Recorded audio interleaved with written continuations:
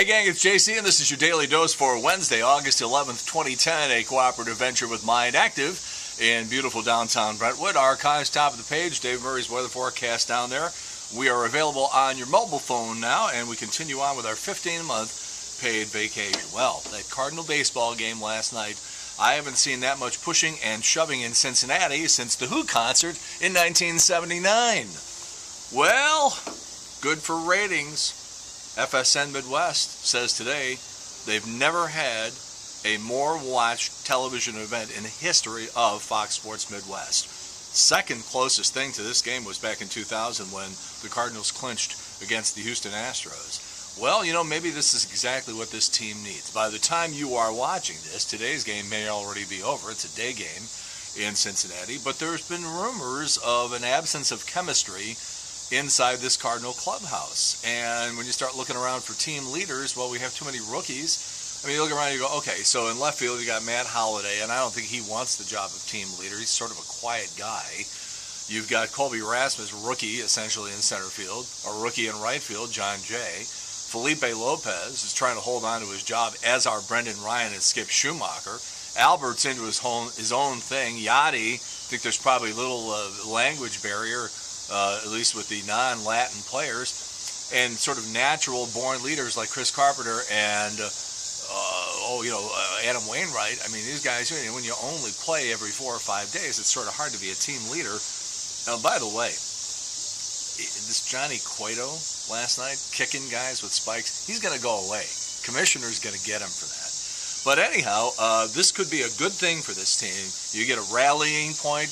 You get a bad guy or a bunch of bad guys like Cincinnati Reds, and this could actually be a very good thing for this team. Speaking of Albert, in the 6th inning last night, score tied 2-2 with runners on first and second and nobody out.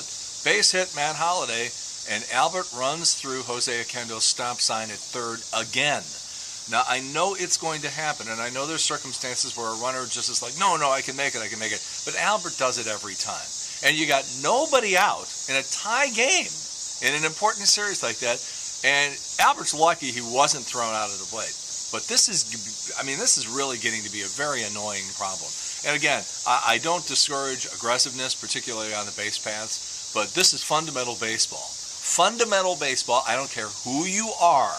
Tie score, 6th inning, first and second, nobody out, and you don't run through a stop sign when your third base coach is telling you to stop. And by the way, if you look at the replay, if you still have it on your DVR, Albert's looking over his shoulder, watching the play. He never looked at Jose Oquendo once. Again, violating fundamentals of Major League Baseball, or baseball on any level. I'm just getting tired of watching it. All right, let's move on here. Did a story yesterday about Fantasia, won American Idol a couple of years back, and she's embroiled in this controversy because she thought this guy she was seeing was not living with his wife, and that there was a separation going on. It turns out he was lying to her. The wife found out. Now she's been hit with some legal papers, so she tries to commit suicide last night. Sounds like she's going to be okay, though. Former WWE CEO Linda McMahon is the Republican candidate for Senate from the state of Connecticut. And I love the Democratic National Committee's response, just paraphrasing. They're saying, oh, that's good. She represents a business where guys kick each other in the nuts. As I said, I'm paraphrasing. An entertainment product that is totally phony from the get-go, where women are forced to crawl on the floor and bark like dogs. Great move for the Republican Party. She is, by the way, spending $50 million of her own money on this campaign. And by the way, she'll go up against a Democratic candidate who's been lying about his Vietnam War record. He didn't even have one. All right. According to a new survey, the Cheesecake Factory is now officially the most popular chain for restaurants in the United States. The survey asked people to rank casual and family restaurants, so it only includes sit-down restaurants, and they don't count places like McDonald's in this thing. 13% of people rank Cheesecake Factory number one. Second place, a two-way tie between Texas Roadhouse and Red Robin. They each got 8% of the vote. Olive Garden, Ruby Tuesday next with 5%. The rest of the list in order: Red Lobster, P.F. Chang's, Longhorn Steakhouse, Outback Steakhouse, Cracker Barrel, TGI Fridays, Golden Corral, Applebee's, Chili's, and IHOP. Last place went to IHOP with only 1% of the vote, but they beat out Denny's, Bennigan's, and Waffle House because they didn't even make the list. Interesting. 400,000 people in California right now as we speak, 400,000 people in California are probably high on Mary Jane. In November, California voters are going to vote on whether to become the first state to legalize marijuana. We're not talking about medical marijuana. We're talking about all marijuana. You go to California and no problem. The measure could pass, too. According to a new poll, 400,000 adults in California admit that they smoke pot every day. And more than 3.4 million people in California smoked themselves some reefer sometime in 2008. That's the last year the numbers were available. 47% of the registered voters in the state admitted they've smoked pot at least once in their lives. Another 47% of Californians say they believe marijuana should be legalized. 42% of current weed smokers say they use it to relieve pain. Another 39% say, I just do it because it's fun, I like it. 60% say it helps them relax or go to sleep, and 24% say it makes them more creative. In '96, California became the first state to legalize medical marijuana. Again, that vote's coming up in November. I seem to remember being at some point inside a Pez museum of some sort. I definitely remember being at the M&M store. I wanted to go to the S&M store, but my wife at the time wouldn't let me. So now they've opened up in Times Square, Manhattan, New York, the Pop-Tart store, Pop-Tart's World, it's called.